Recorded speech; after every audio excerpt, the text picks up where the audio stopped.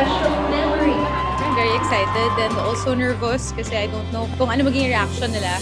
Ang alaala ay ang maganda mong mukha. Ang alaala ay ikaw. Sobrang galing. Si Carlo and si Bella. Superb acting, directing, and writing. Sobrang touching, parang ang sarap pagmahal, ganyan. Yun yung mafe-feel mo dito sa movie. One of the best films siguro this year. Talagang paiiyakin kayo. Individually, sobrang galing nila. Tapos kapag lalo na pagka pinagsama mo pa sila, sobrang grabe yung chemistry nila. Very heartwarming, nakakaiyak, nakakaibang love story. A special part of me.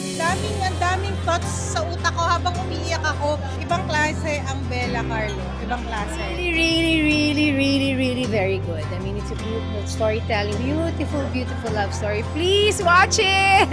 Kami komedyante na kami pero grabe yung tama.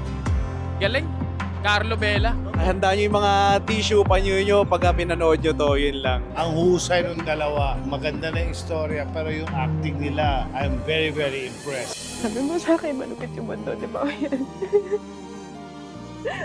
Biruin mo, gising na lang ako isang araw, hindi kita kilala. Nakaka-proud na maging writer ka ng isang pelikulang dinirect ni Jerry Seneneng at lalo na ginampanan ni Carlo at ni Bella. Yung shifts ng emotion sa mukha nila in one scene and then nagsasalitan yung emotion. I'm so proud of the movie, so proud of my cast. I'm so proud of the hard work that we did for the movie, Sulit. Gusto ka? Anong pinagpabangan mo? Ganito kayo niya. Yung pelikula tungkol sa pagmamahal at maraming ang may ituturo sa iyo ang pag-ibig sa buhay na ito. Kung hahayaan mo lang. After watching the film, you'll really believe in love. So, I think it's very timely. Ilang taon namin hinintay itong pelikulang to. So, finally, makikita namin sa big screen. A special memory now showing